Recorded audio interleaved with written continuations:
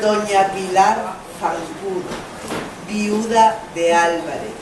Vivo en el entresuelo y tengo alquilado este ático a estos señores que me pagan estupendamente.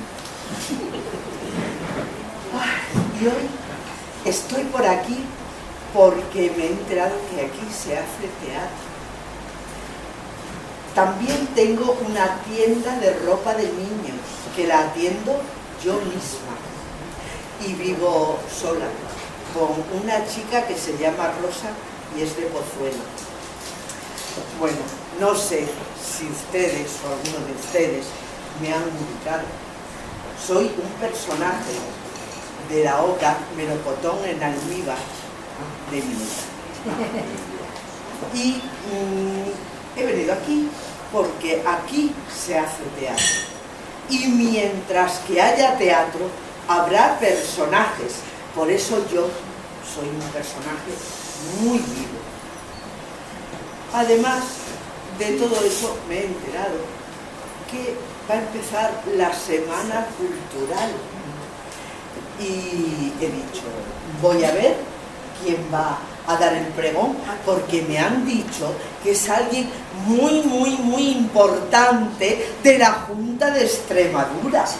Un señor que creo que es director general de Acción Exterior y que se llama Don Pablo Hurtado. ¿Dónde está Don Pablo? ¿Quién conoce? ¡Ay, esa música sonó poco antes de que murieran los cuatro y también antes de que cayeran las otras dos. Siempre esa melodía.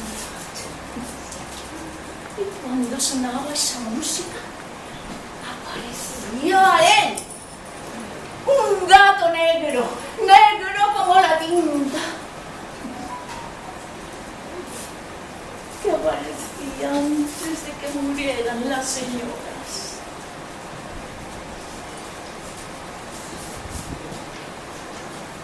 ¿Usted sabe algo del gato? Porque es que nadie sabía de dónde venía. Porque en esta casa, que yo sepa, nunca ha habido un gato. Y ese gato marcaba cada muerte, una por cada vida suya. Que no vuelva a sonar esa música. Pero yo estoy aquí para presentar a Pilar Rubio, una mujer con mucha mejor energía y con la música más alta. Y yo me retiro con Las 7 vidas del gato de Javier Poncela.